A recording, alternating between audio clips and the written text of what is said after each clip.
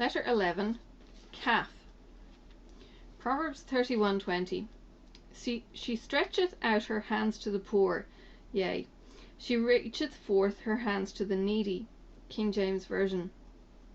Kindly is her welcome to the poor, her purse ever open to those in need. Knox. Kaph. Another letter and another picture of a hand. This time, however, the kaph is an open hand, or the hollow of the hand. As both hands are involved in working, so both hands are involved in giving. Indeed, one of the purposes of working is that there might be resources to give. The giving, however, implies more than just finances. Hands are not purely for the passing over of money, but also for the embracing of the downhearted, the encouraging of the fallen, and the praying for the sick.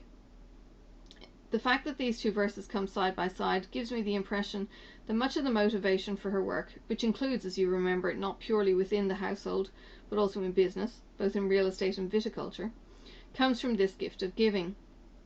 It would be correct to assume that the needs of the family are primary, but beyond that there is much to do.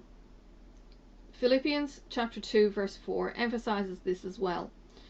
Each of you should look not to your own interest, but also to the interest of others. I think this is more than simply, I've been successful, let's now be generous. Rather, it's a category, I want to be generous, I want to make a difference, therefore I have to be successful.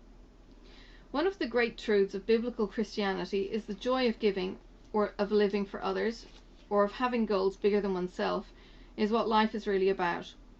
Multiple homes, cars, or boats begs the question, why? Is this self-absorption, boredom, or loneliness? Am I trying to buy esteem, friends, respect? There is coming a new breed of business person whom many churches are recognizing as kingdom builders. That is, people who have definite goals and aspirations to build successful business enterprises so they can build the kingdom. To be blessed in order to be a blessing. Their spiritual DNA is reasonably specific. They see giving as their primary gift and faithfully obey Luke 3:38. Give and it will be given to you, a good measure, pressed down, shaken together and running over. However, rather than viewing the running over as a gentle overflow, they see it as a torrent. And in light of this, see themselves as channels of God's resources rather than simply containers of it. They understand that giving is not seasonal. Certainly there are times when resources are more plentiful. However, their giving comes from an inner calling rather than fortunate circumstances. Bad times don't stop their generosity. Good times simply increase the zeros on the end of the figures. They have an inbuilt desire to continue to grow, to increase, and to prosper. Not for selfish reasons so that they can be more effective in resourcing the local church. I'll say that again. Not for selfish reasons, try that a third time. Not for selfish reasons, but so they can be more effective in resourcing the local church. Unlike many others in the kingdom builder, Unlike many others, the kingdom builder understands how the financial world works, that money and resources are required to release people into ministry, provide transportation, facilities and technology. The money is not the end, just a means, however a vital means. Such ladies were involved in Jesus' ministry, Mary, Joanna and Susanna. These women were helping to support Jesus and the disciples out of their own means, Luke 8:3. Finally, the demeanor of one who has this gift of giving is one of high gratefulness. Grateful people are generous people. The woman who lavished upon Jesus her expensive perfume in Luke 7:36-50 did so because she had been forgiven much. The self-pitying complainers will always be stingy, for they are looking at what they haven't got. The grateful person gives freely, thrilled with the opportunity to do so. I believe wise churches should encourage these kind of people, give them permission to prosper, and continually focus them on what it's all about, resourcing the kingdom of God, and meeting the needs of the desperate and the downtrodden. The virtuous woman of Proverbs would be quick to align herself with such a group.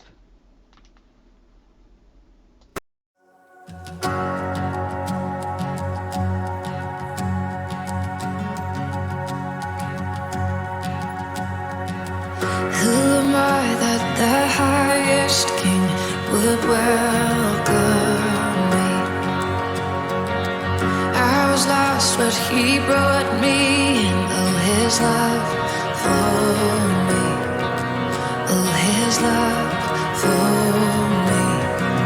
Who the sun sets free, oh, is free indeed. I'm a child of God. Yes, I am. Free at last, He has ransomed me. His grace runs deep. While I was a slave to sin, Jesus died for me. Yes, He died for me. Who the Son sets free, oh, is free indeed. I'm a child of God. Yes, I am. In my Father's house, there's a place for me. I'm a child of God. Yes, I am. I am chosen, not forsaken. I am who You say I am. You are for me, not against me. I am who You say I am. I am chosen, not forsaken. I am who You say I am. You are for me, not against me.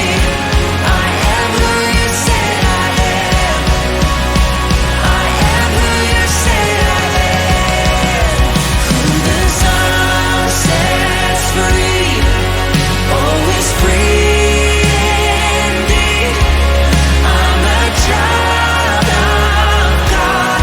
Yes, I am. In my Father's house, there's a place for me. I'm a child of God. Yes, I am. In my Father's house, there's a place for me. I'm a child of God. Yes, I am.